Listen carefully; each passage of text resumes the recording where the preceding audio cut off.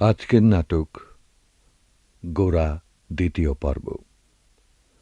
রবীন্দ্রনাথ ঠাকুরের উপন্যাস অবলম্বনে বেতার নাট্যরূপ ও প্রযোজনা কাজী জাকির হাসান। নাট্যানুষ্ঠান গোরা দ্বিতীয় পর্ব।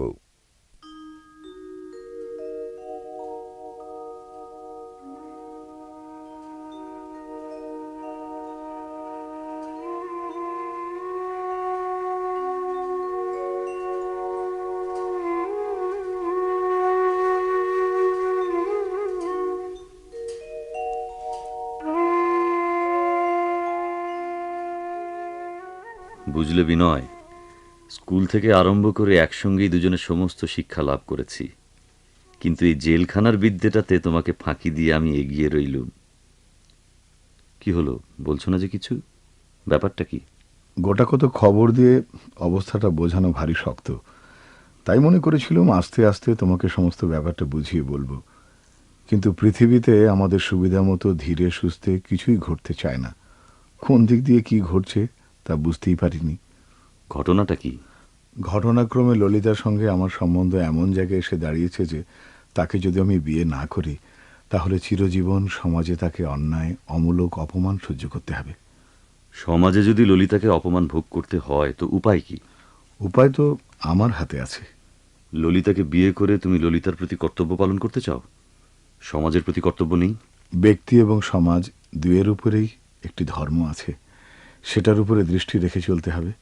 ব্যক্তিও নেই, সমাজও নেই, অথচ ধর্ম আছে, এমন ধর্মকে আমি মানি নে। আমি মানি। ব্যক্তি ও সমাজের ভিত্তির উপরে ধর্ম নয়, ধর্মের ভিত্তির উপরে ব্যক্তি সমাজ। ললিতাকে বিয়ে করা যদি আমার অন্যায় না হয়, এমনকি উচিত হয়, তাহলে সমাজ প্রতিকূল বলেই তার থেকে নিরস্ত হওয়া আমার পক্ষে অধর্ম হবে। ব্রাহ্ম মেয়েকে বিয়ে করে তুমি দেশের সর্বসাধারণের সঙ্গে নিজেকে আলাদা করে ফেলতে চাও, সেইটাই আমার কাছে অত্যন্ত বেদনার বিষয়। এ কাজ তুমি পারো, আমি কিছুতেই পারিনি। এমন কোনো কাজ আমি করতে চাই নে যাতে ভারতবর্ষের সঙ্গে চুল মাত্র আমার বিচ্ছেদ ঘটে।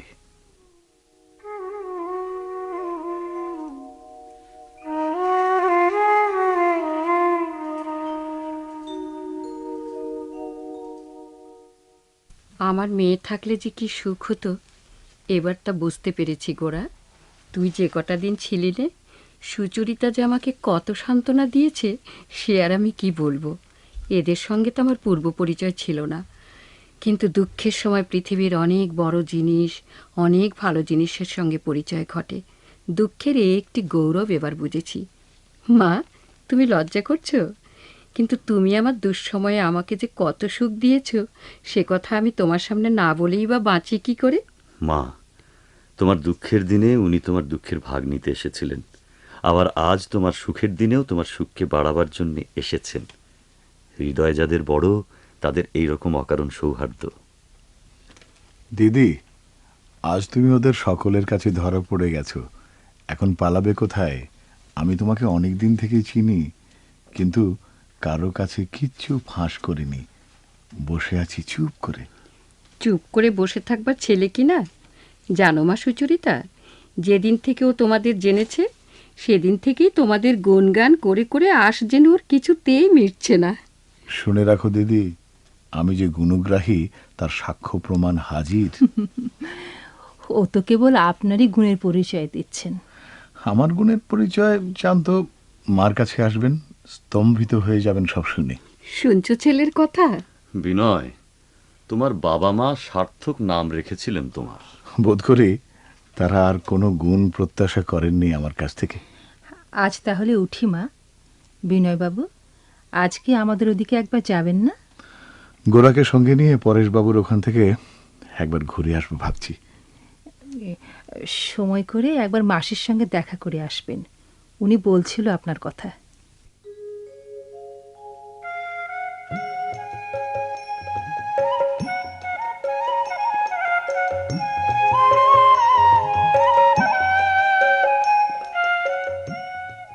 তোমার কথা অনেক শুনেছি বাবা, তুমি গৌর, গৌরই বটে।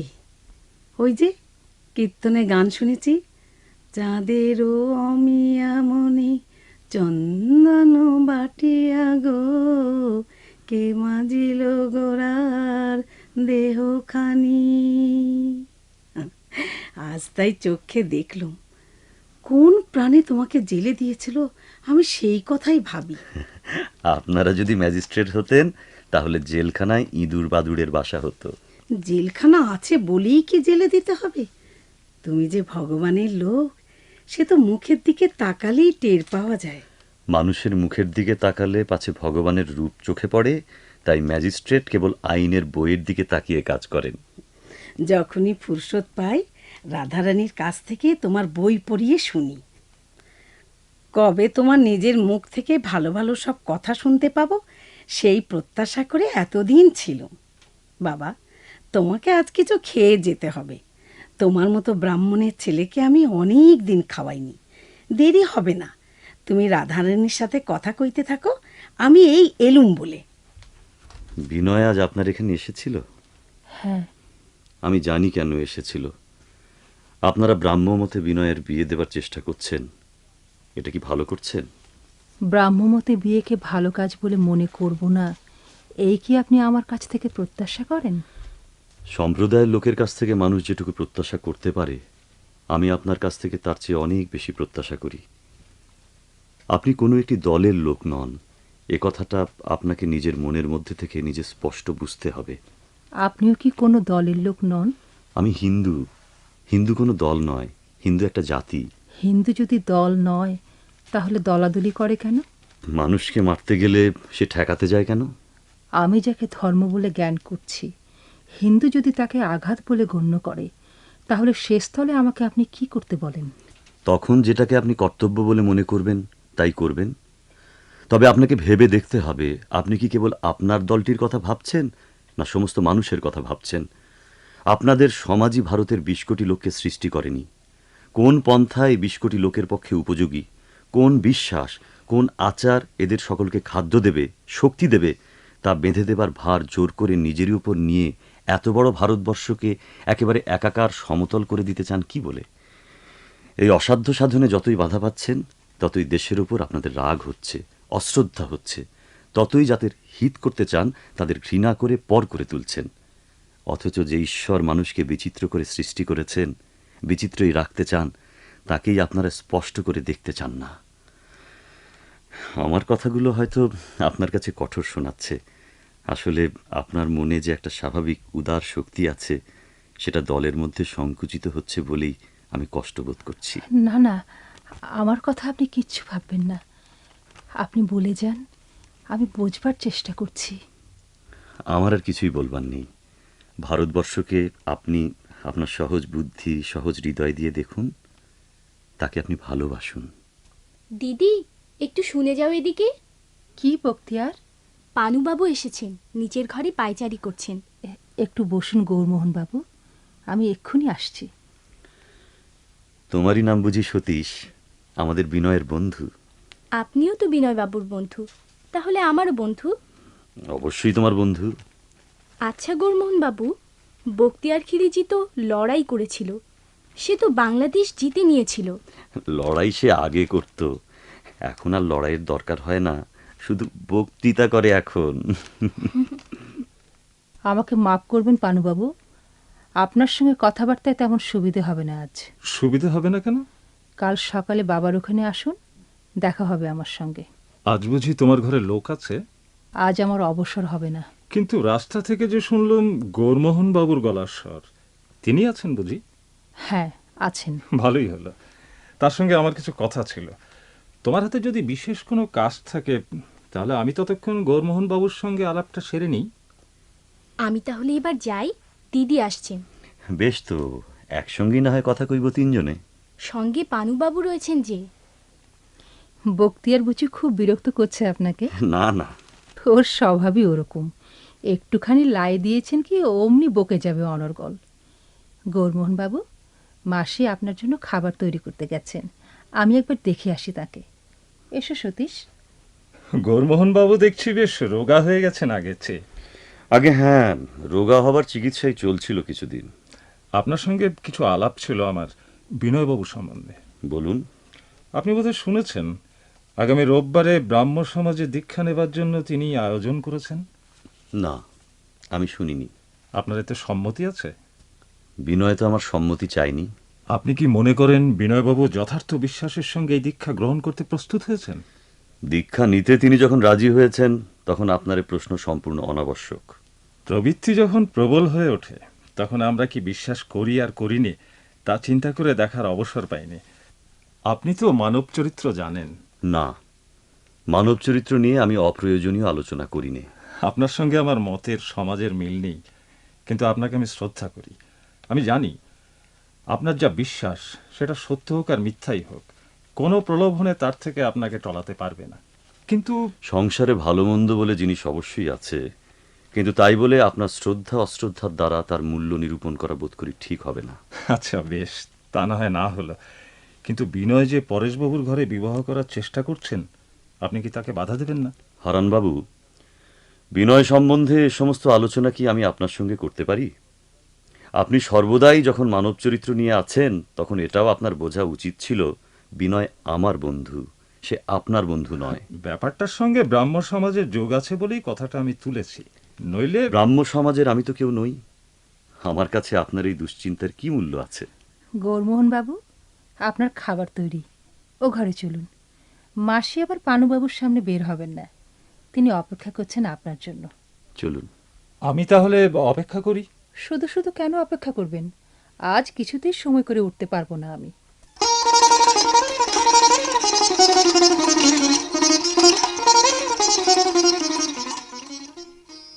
মা, তুমি এসেছো, বড় খুশি হলুম। এইমাত্র বিনয় এখানে ছিলেন, কাল তিনি তোমাদের সমাজে দীক্ষা নেবেন। আমার সঙ্গে সেই কথাই হচ্ছিল। তার কি কোনো প্রয়োজন আছে মা? প্রয়োজন নেই? হঠাৎ এভাবে দীক্ষা নেওয়া তার পক্ষে অপমানকর। এ অপমান তিনি কিসের জন্য স্বীকার করতে যাচ্ছেন? কিসের জন্য কি বলছো মা? আমি এসব কিছুর পক্ষপাতী নই মা। কিন্তু বিনয় যে পাকা কথা দিয়েছে, এখন তো আর পরিবর্তন করার জো নেই। যদি পরিবর্তন প্রয়োজন হয় তাহলে তো করতেই হবে। কিন্তু মা, তার মনের ভাব তোমার কাছে তো অগোচর নেই।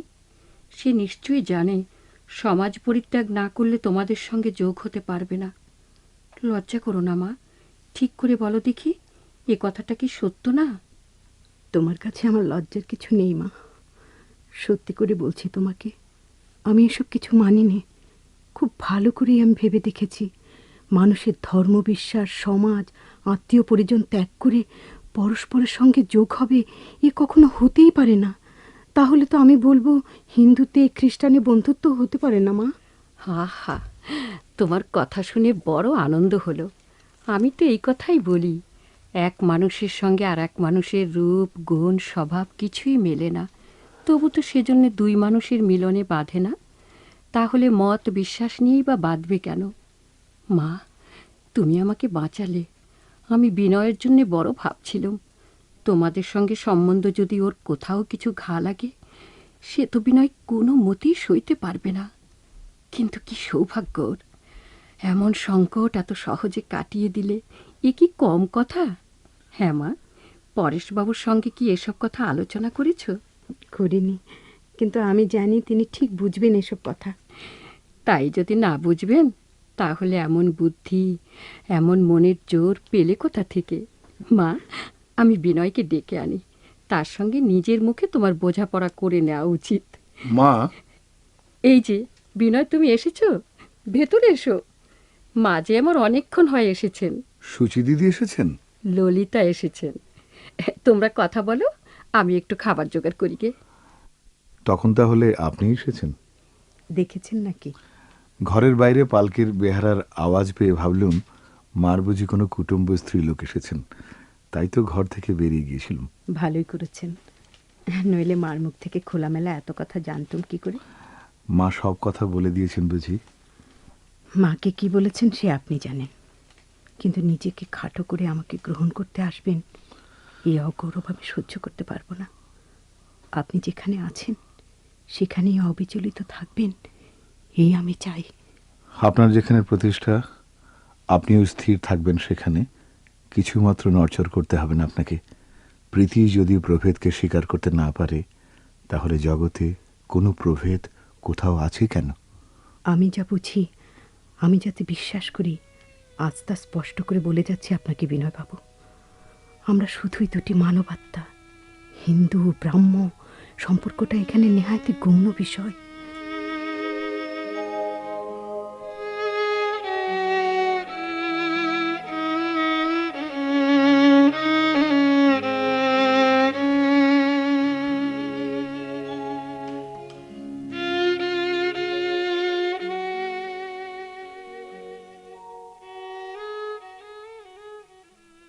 বাবা, বলো, আমি শুনছি। আমি একটা প্রায়শ্চিত্ত করতে চাই। তার তো কোনো প্রয়োজন দেখিনি। জেলে আমি আর কোনো কষ্টই গণ্যই করিনি, কেবল নিজেকে অত্যন্ত অসুচি বলে মনে হতো। সেই গ্লানি এখনো আমার যায়নি, কাজেই প্রায়শ্চিত্ত আমাকে করতেই হবে। না না, হ্যাঁ, তোমার অত বাড়াবাড়ি করতে হবে না। বাড়াবাড়ির কথা নয় বাবা, এটা সূচি অসুচির প্রশ্ন। আমি প্রায়শ্চিত্ত না করে সমাজের কারোর সঙ্গে খেতে বসতে পারবো না। আপনি আমাকে অনুমতি দিন। এ ব্যাপারে আমি তোমাকে কোনো মত দিতে পারছি না। তাহলে আমি কি এ সম্বন্ধে পণ্ডিতদের মত নেব? কোনো পণ্ডিতের মত নিতে হবে না। আমি তোমাকে বিধান দিচ্ছি, তোমার প্রায়শ্চিত্তের প্রয়োজন নেই। এখন এসো তুমি। দেখো, বড় অন্যায় হচ্ছে। কি অন্যায়? গোড়াকে কিন্তু আর একদিনও ভুলিয়ে রাখা উচিত হচ্ছে না, ক্রমেই বাড়াবাড়ি হয়ে পড়ছে। সে কথা যে আমার মনে উদয় হয়নি তা নয়, কিন্তু অন্যায় রোজই বাড়ছে। আমি ভগবানের কাছে দুবেলা হাত জোর করে মাপ চাচ্ছি। তিনি শাস্তি যা দিতে চান সব আমাকেই যেন দেন, কিন্তু আমার কেবলই ভয় হচ্ছে আর বুঝি ঠেকিয়ে রাখা যাবে না, গোড়াকে নিয়ে বিপদ হবে। এইবার আমাকে অনুমতি দাও, ওকে আমি সব কথা খুলে বলি। তুমি কি পাগল হয়েছ? এ কথা প্রকাশ হলে কি কাণ্ডটা না বেঁধে যাবে, একবার ভেবে দেখেছো সে কথা? শরীরটার দিকেও তো তাকাবে একবার। শরীর কিরকম হয়ে যাচ্ছে দেখছো না?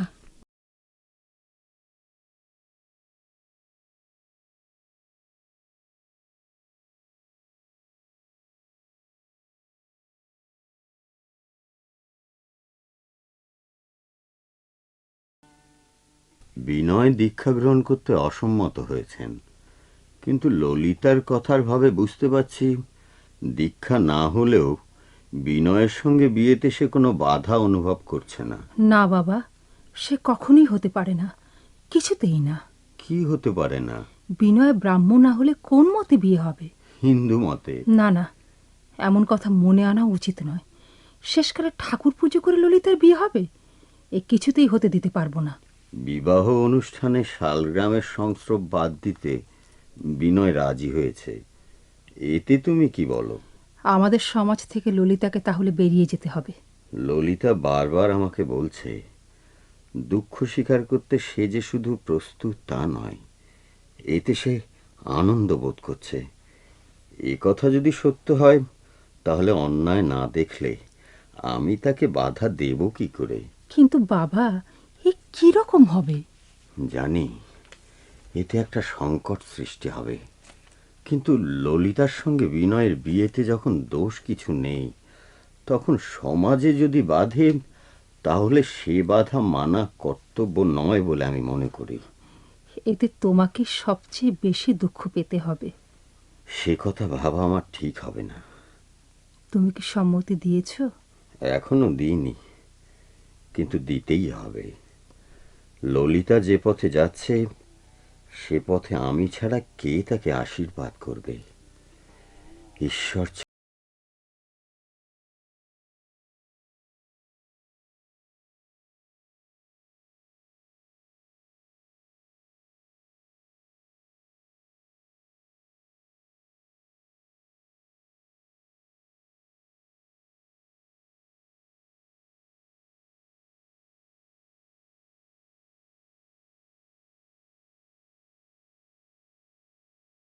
বিনয়, আমি কি না জেনে তোমার প্রতি কোনো অন্যায় করেছি? এ কথা কেন বলছো? তুমি আমাকে যেন ত্যাগ করেছো বলে মনে হচ্ছে। মিছে ভুল বুঝছো আমাকে। জীবনে অনেক পরিবর্তন ঘটে, অনেক জিনিস ত্যাগ করতে হয়, কিন্তু তাই বলে বন্ধুত্ব ত্যাগ করব এমন মতিভ্রম ঘটেনি আমার। তুমি ব্রাহ্ম হবে? না। ললিতাকে বিয়ে করবে? হ্যাঁ। হিন্দু বিবাহ? হ্যাঁ।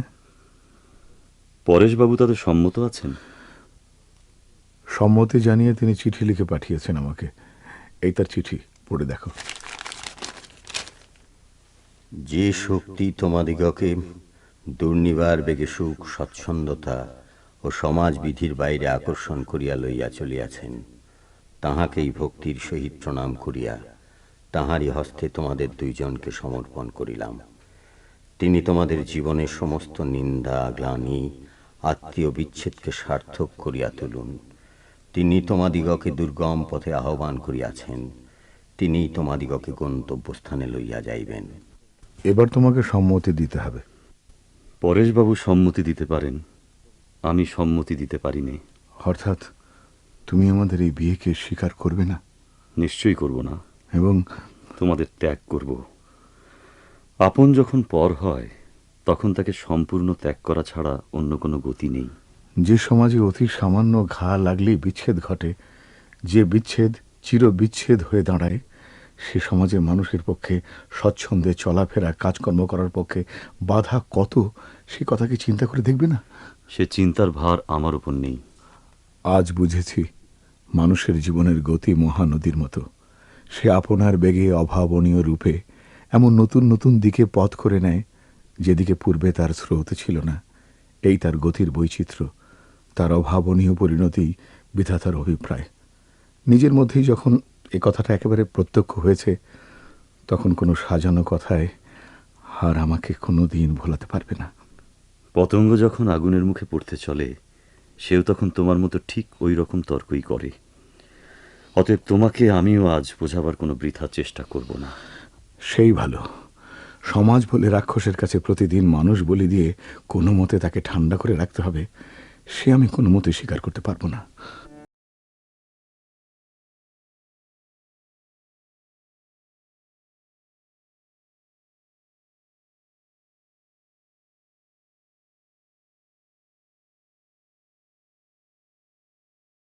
বিনয় আমাদের ত্যাগ করলে কেন? তিনি তো ব্রাহ্ম সমাজে যোগ দেননি। তিনি হিন্দু সমাজকে আঁকড়ে ধরে আছেন বলেই একে সবচেয়ে বেশি পীড়ন করছেন। এর চেয়ে আমাদের সমাজকে সম্পূর্ণ নিষ্কৃতি দিলেই তিনি ভালো করতেন। আপনি সমাজকে এমন অতিশয় একান্ত করে দেখেন কেন? এত বেশি বিশ্বাস, এ কি আপনার পক্ষে স্বাভাবিক, না অনেকটা নিজের উপর জোর প্রয়োগ করেন? পায়ের নিচে যখন মাটি টলতে থাকে, তখন প্রত্যেক পদেই পায়ের উপর বেশি করে জোর দিতে হয়। সমাজ যদি কালের গতিকে বাধা দেয়, তাহলে সমাজকে যে আঘাত পেতেই হবে। কালের গতি হচ্ছে জলের ঢেউয়ের মতো। তুমি মনে করো না সমাজের ভালো মন্দ আমি কিছুই বিচার করিনি, কিন্তু শক্ত হচ্ছে সমগ্র জিনিসকে শ্রদ্ধার দৃষ্টিতে সমগ্রভাবে দেখতে পাওয়া। শ্রদ্ধার দ্বারা আমরা কি কেবল সত্যকেই পাই? আমরা কি পৌত্তলিকতাকে শ্রদ্ধা করতে পারি? আপনি কি এ সমস্ত সত্য বলেই বিশ্বাস করেন? ধর্মের মধ্যেই মানুষের সকল বৃত্তির চূড়ান্ত প্রকাশ। আমাদের দেশের মূর্তি পূজায় জ্ঞান ও ভক্তির সঙ্গে কল্পনার সম্মিলন হবার যে চেষ্টা হয়েছে, সেটাতে করেই আমাদের দেশের ধর্ম কি মানুষের কাছে অন্য দেশের চেয়ে সম্পূর্ণতর সত্য হয়ে ওঠেনি? গ্রিসে, রোমেও তো মূর্তি পূজা ছিল। সেখানকার মূর্তিতে মানুষের কল্পনা সৌন্দর্যবোধকে যতটা আশ্রয় করেছিল, জ্ঞান ভক্তিকে ততটা নয়। আমাদের দেশে কল্পনা জ্ঞান ও ভক্তির সঙ্গে গভীরভাবে জড়িত। কালের পরিবর্তনের সঙ্গে সঙ্গে ধর্ম ও সমাজের কোনো পরিবর্তন আপনি একেবারেই স্বীকার করতে চান না। কেন চাইব না? কিন্তু পরিবর্তন তো পাগলামি হলে চলবে না। মানুষের পরিবর্তন মনুষ্যত্বের পথেই ঘটে। দেশের শক্তি, দেশের ঐশ্বর্য দেশের মধ্যেই সঞ্চিত হয়ে আছে। সেইটাই আমি তোমাদের জানাবার জন্য আমার জীবন উৎসর্গ করেছি। আমার কথা বুঝতে পারছো? আমার কাছ থেকে আপনি কি আশা করছেন? কি দিতে পারি আমি আপনাকে? যখন আপনি অমন করে বলেন, আমার মধ্যে ভারী একটা ব্যাকুলতা বোধ হয়। কেবলই ভয় হতে থাকে আমার উপরে যে বিশ্বাস আপনি রেখেছেন, পাছে সমস্তই ভুল বলে একদিন ধরা পড়ে আপনার কাছে। তোমার ভেতরে যে কত বড় শক্তি আছে, কি যোগ্যতা ধারণ করে আছো, তা প্রকাশ করে বলবার ভার তুমি আমার উপর দাও। রাধারানী, মাসি, আজ একাদশী, শরীরটা ভালো নেই আমার। রান্নাঘরে গিয়ে উনুনটা ধরাও গে। আমি ততক্ষণ গৌরবাবুর কাছে একটু বসি। বেশ তো, বসো। কদিন থেকে ভাবছি বাবা, তোমাকে একটা কথা বলবো। গতকালকে বলবো বলেও ভেবে রেখেছিলাম, কিন্তু পুজোর ঘর থেকে বেরিয়ে শুনি তুমি চলে গেছো, তাই আর বলা হয়নি। কি কথা মাসিমা? তুমি তো বাবা ব্রাহ্ম নও। না। আমাদের হিন্দু সমাজকে তুমি তো মানো। মানি বই কি। তাহলে তোমার একই রকম ব্যবহার। মাসিমা, আমি তো... রাধারানীর বয়স হয়েছে, তুমি তো ওর আত্মীয় নও, এত কি কথা ওর সঙ্গে তোমার? এই যে কাল রাত্রির পর্যন্ত ওর সঙ্গে কথা কয়ে গেলে, তাতেও তোমার কথা শেষ হলো না, আবার আজ সকালেই এসেছো। তোমাদের নিজেদের ঘরেও তো মেয়ে আছে, তাদের নিয়ে কি সব কাজকর্ম বন্ধ করে তুমি এই রকম শিক্ষা দিচ্ছ? না আর কেউ দিলে তুমি তা ভালো বোধ করো? ইনি এইরকম শিক্ষাতেই মানুষ হয়েছেন বলে আমি এর সম্বন্ধে কিছু বিবেচনা করিনি। ও যে শিক্ষায় পেয়ে থাক, যতদিন আমার কাছে আছে এসব চলবে না। তাছাড়া ওকে তো বিয়ে থা করতে হবে, নাকি আইব্রো হয়ে থাকবে চিরদিন? আপনার বোনঝির বিয়ের কথা কিছু ভেবেছেন নাকি? আমি না ভাবলে আর ভাববে কে? হিন্দু সমাজে কি ওর বিয়ে হতে পারবে? সেই চেষ্টাই তো করছি। পাত্র কি কাউকে মনে মনে ঠিক করেছেন? আমারই ছোট দেবর কৈলাস। কিছুদিন হলো বউ মারা গেছে, মনের মতো মেয়ে না পেয়ে এতদিন বসে আছে। রাধারানীর সঙ্গে মানাবে বেশ। ও, আসি তাহলে। নমস্কার। মাসিমা, কি ব্যাপার, উনি কোথায় গেলেন? এইমাত্র গৌরমোহন বাবুর সঙ্গে দেখা হলো। তিনি এখানেই ছিলেন বুঝি এতক্ষণ? শুনেছ বোধহয় ললিতার সঙ্গে বিনয়বাবুর হিন্দু মতে বিয়ে হচ্ছে। আর এর জন্য দায়ী কে জানো? তুমি। এখনো সময় আছে সুচরিতা, ফিরে এসো। মহৎ আশা নিয়ে আমি এখনো অপেক্ষা করে আছি তোমার জন্য। আমাদের এই আশার ক্ষেত্র আজও তেমনি প্রস্তুত হয়ে আছে। কেবল একবার মুখ ফিরিয়ে চাও, একবার ফিরে এসো। আমি হিন্দু। তুমি হিন্দু? হ্যাঁ, আমি হিন্দু। গৌরমোহনবাবু তাই বুঝি সকাল সন্ধ্যা তোমাকে দীক্ষা দিচ্ছেন? হ্যাঁ, আমি তাঁর কাছ থেকে দীক্ষা নিয়েছি, তিনি আমার গুরু। তুমি কি মনে করো হিন্দু সমাজ তোমাকে গ্রহণ করবে? সে কথা নিয়ে আপনি বৃথা চিন্তা করবেন না। পরেশবাবুর কাছে যে ধর্ম শিক্ষা পেয়েছিলে, তাও তোমার নতুন গুরুর পায়ের তলায় বিসর্জন দিলে। আমার ধর্ম আমার অন্তর্যামী জানেন, সে কথা নিয়ে আমি কারোর সঙ্গে কোনো আলোচনা করতে চাইনি। তুমি নিজেকে হিন্দু হিন্দু বলে গলা ফাটিয়ে বললেও গৌরবাবু যে তোমাকে গ্রহণ করবেন এমন আশা করো না। কি বলছেন আপনি এসব? আমি বলছি গৌরমোহন বাবু কোনো দিন তোমাকে বিয়ে করবেন না। আমি কি আপনাকে বলিনি তিনি আমার গুরু? কিন্তু যে কথাটা বলনি সেটা তো আমরা বুঝতে পারি। আপনি চলে যান এখান থেকে, আর কোনো দিন আমার বাড়িতে ঢুকবার চেষ্টা করবেন না, এই আপনাকে আমি বলে রাখছি। পরেশবাবুর পাপের ভরা এবার পূর্ণ হলো। এই বুড়ো বয়সে তার কৃতকর্মের ফল ভোগ করতে থাকুন। আমরা বিদায় হলাম।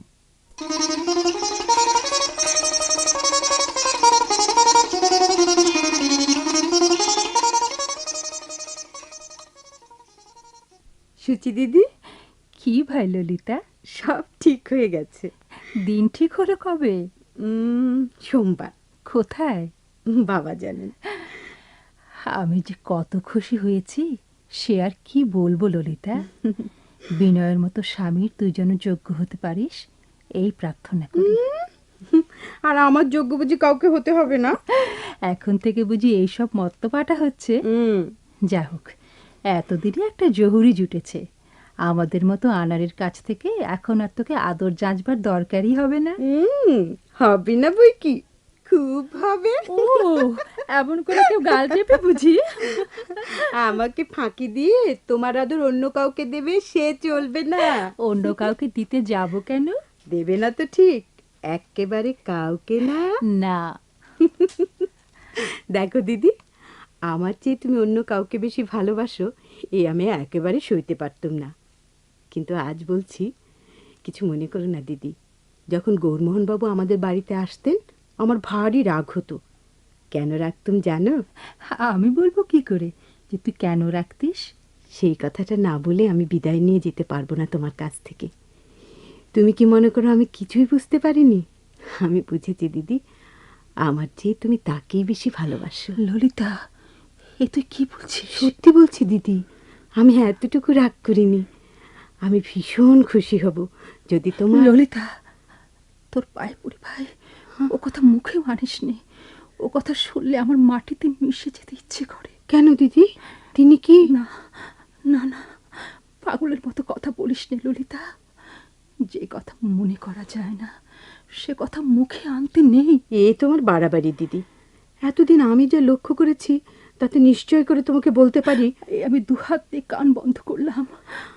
তুই যদি আর একবার কথা বলিস। আচ্ছা আচ্ছা, আর বলবো না, কোনো দিনও না। অত বড় প্রতিজ্ঞা আমি তোমার সামনে করতে পারবো না দিদি। যদি কখনো আমার দিন আসে তো বলবো, নইলে নয়, এইটুকু কথা দিলুম।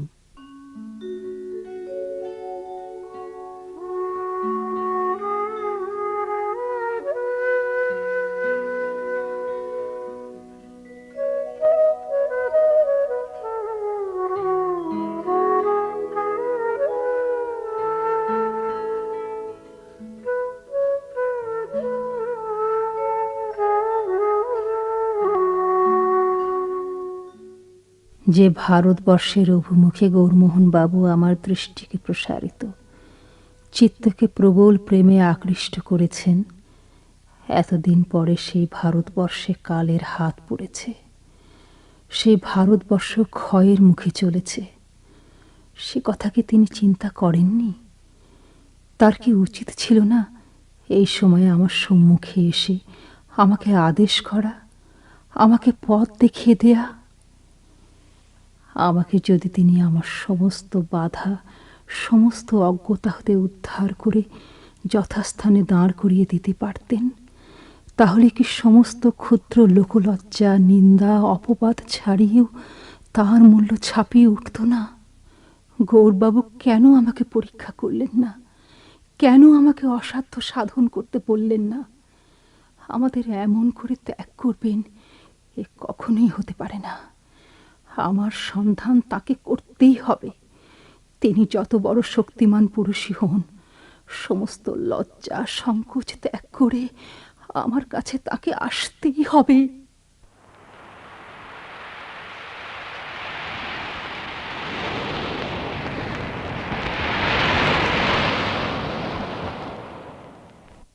একটা আলো চাই, উজ্জ্বল আলো, সুন্দর আলো।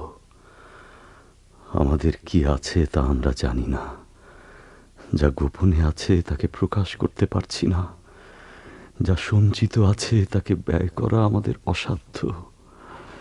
সেজন্যই চারিদিকে এমন নিরানন্দ। না না, যে আমারই তাকে তাকে গ্রহণ করব, নইলে পৃথিবীতে আমি অসম্পূর্ণ, আমি ব্যর্থ হয়ে যাব।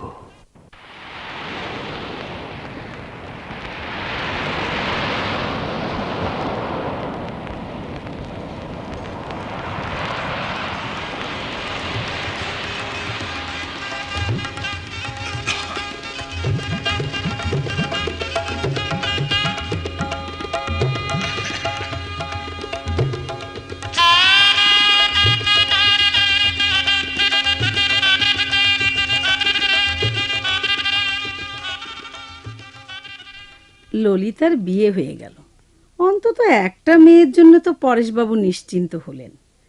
এবার ভালোই ভালোই গোপীবল্লভ তোমার ব্যাপারে চিন্তামুক্ত করতে পারলে আগের মতো ঠাকুরের সেবায় মন দিতে পারি। কি বলবো মা, তোমার ভাবনায় মনটা বিচলিত থাকে সারাক্ষণ। তা মা রাধারানী, কৈলাস যে অনেকক্ষণ ওপরে বসে রয়েছে, দেখা করে এসো তার সঙ্গে। এখন তো সময় হবে না মাসি। সে কি কথা?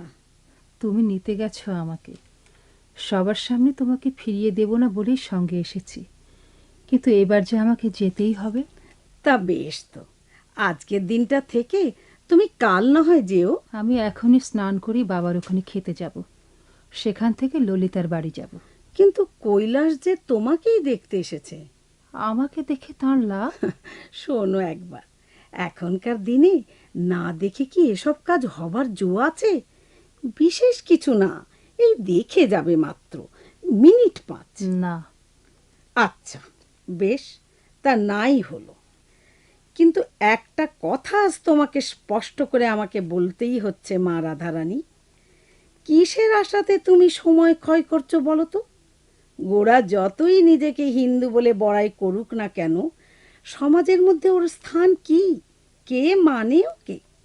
লোভে পড়ে ও যদি টাকাওয়ালা কোনো ব্রাহ্ম ঘরের মেয়েকে বিয়ে করে, তাহলে সমাজের শাসন হতে ও পরিত্রাণ পাবে কিসের জোরে? মাসি, কেন বলছো তুমি এসব কথা?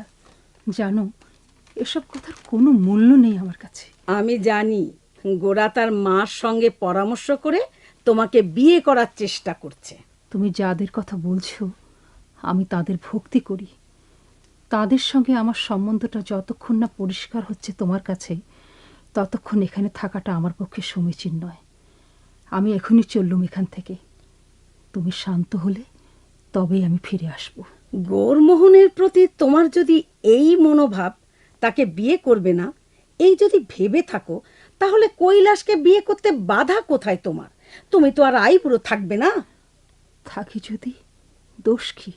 বুড়ো বয়স পর্যন্ত তুমি? হ্যাঁ, মৃত্যু পর্যন্ত।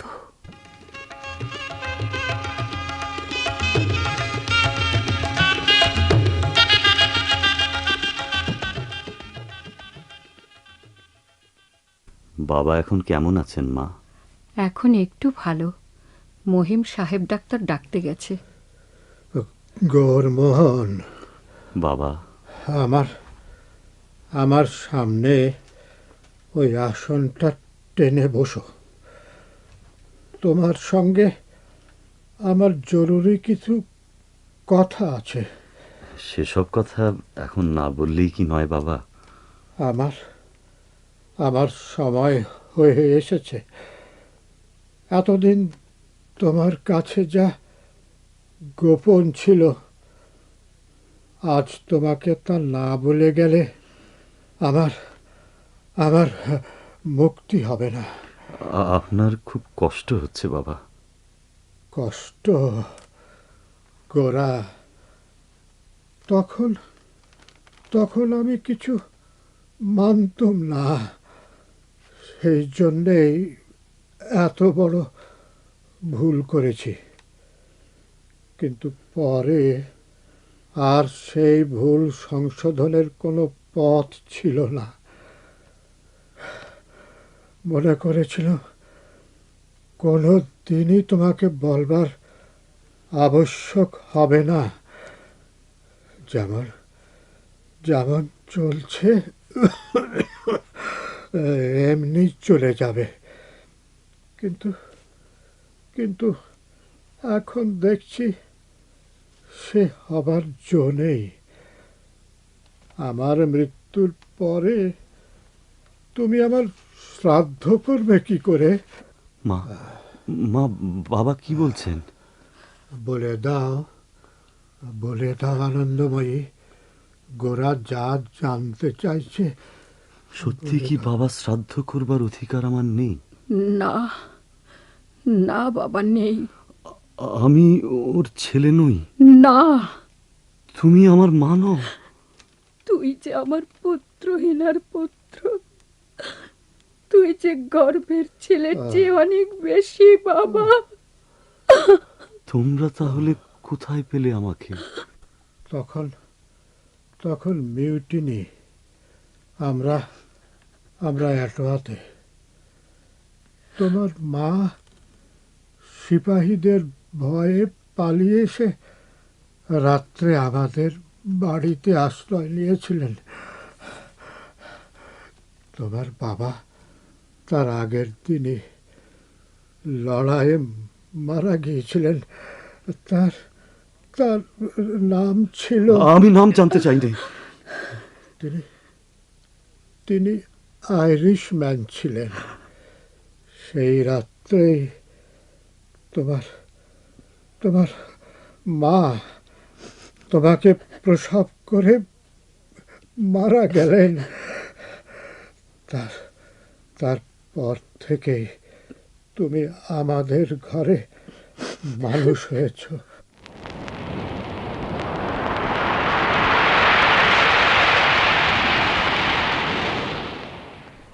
ভগবান, শৈশব হতে এত বৎসর আমার জীবনের যে ভিত্তি গড়ে উঠেছিল তা এক ফুৎকারে বিলীন হয়ে গেল। আমার মা নেই, বাবা নেই, দেশ নেই, জাতি নেই, নাম নেই, গোত্র নেই, দেবতা নেই, আমার অতীত নেই, ভবিষ্যৎ নেই, আমার সমস্তই কেবল একটা নাম।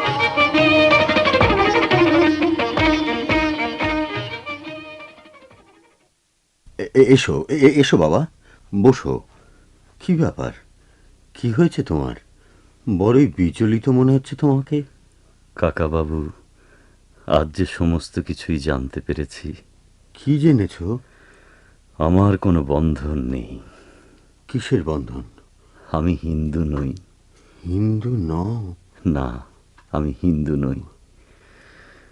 আমি মিউটিনির সময়কার কুড়োনো ছেলে। আমার বাবা আইরিশম্যান। ভারতবর্ষের উত্তর থেকে দক্ষিণ পর্যন্ত সমস্ত দেব মন্দিরের দ্বার আজ আমার কাছে রুদ্ধ হয়ে গেছে। আজ গোটা দেশের কোনো জায়গায় আমার আহারের আসন নেই। আমি আজ মুক্ত পরেশবাবু। আমি পতিত হব সে ভয় আর আমার নেই। আমাকে আর পদে পদে মাটির দিকে চেয়ে সুচিতা বাঁচিয়ে চলতে হবে না। এতদিন আমি ভারতবর্ষকে পাবার জন্যে সমস্ত প্রাণ দিয়ে সাধনা করেছি। আমার ভক্তিকে সম্পূর্ণ নিরাপদে রক্ষা করবার জন্যে এতদিন আমার চারদিকের বৈরিতার সঙ্গে কি লড়াই না করেছি। আজ এক মুহূর্তেই আমার সেই ভাবের দুর্গ স্বপ্নের মতো উড়ে গেছে। আমি একেবারে ছাড়া পেয়ে হঠাৎ একটা বৃহৎ সত্যের মধ্যে এসে পড়েছি। গৌরমোহন, আমার কথা কি আপনি ঠিক বুঝতে পারছেন? আমি এতদিন যা হতে চাচ্ছিলুম অথচ হতে পারছিলুম না, আজ আমি তাই হয়েছি। আমি আজ ভারতবর্ষীয়। আমার মধ্যে হিন্দু, মুসলমান, খ্রিস্টান কোনো সমাজের কোনো বিরোধ নেই। আজ এই ভারতবর্ষের সকলের জাতি আমার জাত, সকলের অন্নই আমার অন্ন। সত্যকে যখন পাই তখন সে তার সমস্ত অভাব অপূর্ণতা নিয়েও আমাদের আত্মাকে তৃপ্ত করে। তাকে মিথ্যে উপকরণ দিয়ে সাজিয়ে তোলবার ইচ্ছে মাত্রই হয় না। কাল রাতে আমি বিধাতার কাছে প্রার্থনা করেছিলাম, আজ প্রাতঃকালে আমি যেন নতুন জীবন লাভ করি। এতদিন শিশুকাল থেকে আমাকে যে কিছু মিথ্যা, যে কিছু অসুচিতা আবৃত করেছিল, আজ যেন তা নিঃশেষে ক্ষয় হয়ে গিয়ে আমি নবজন্ম লাভ করি।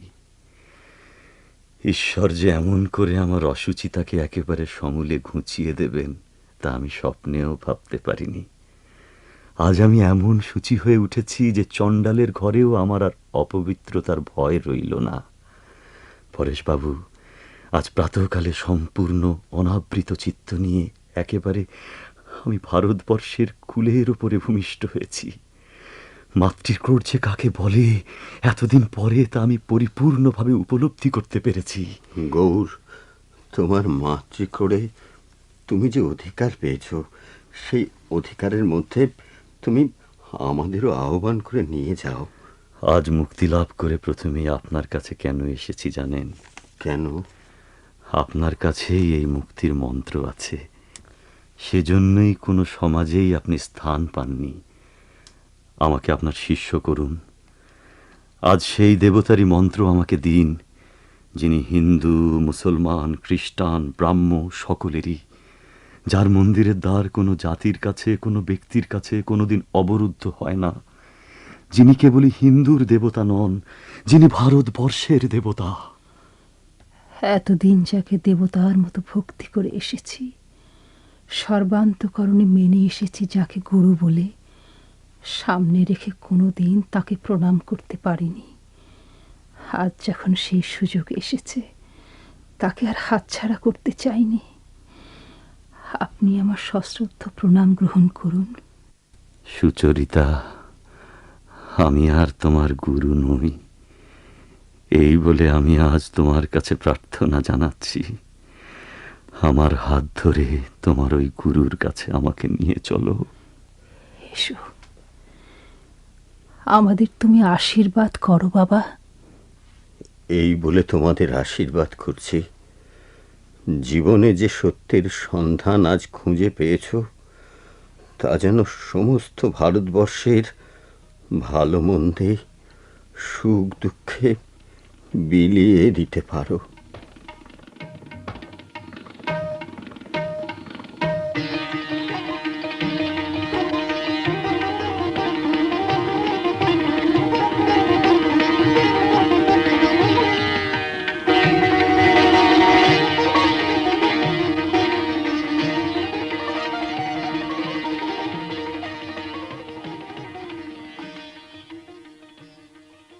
গোরা নাটকের দ্বিতীয় ও শেষ পর্বের অভিনয় শুনলেন। কাহিনী রবীন্দ্রনাথ ঠাকুর। অভিনয়াংশে বিনয় মজহারুল ইসলাম, পরেশবাবু দিলীপ রায়, কৃষ্ণদয়াল আমিনুল হক, সতীশ দুর্রে মখনুন নবনী, পানুবাবু সৈফুল ইসলাম রেজা, আনন্দময়ী জাহানারা আহমেদ, বরদা সুন্দরী মাসুদা শরফুদ্দিন, মাসি রওশনারা মণি, ললিতা নুরি হাফজা, সুচরিতা রুবি আফরোজ এবং গোরা চরিত্রে অভিনয় করেছেন রাইসুল ইসলাম আসাদ। কণ্ঠসঙ্গীতে আবু বকর সিদ্দিক, আবহ সঙ্গীত রবীন্দ্রনাথ সরকার ও পান্না দাস। প্রযোজনা সহকারী নূর মোহাম্মদ। বেতার নাট্যরূপ ও প্রযোজনা করেছেন কাজী জাকির হাসান।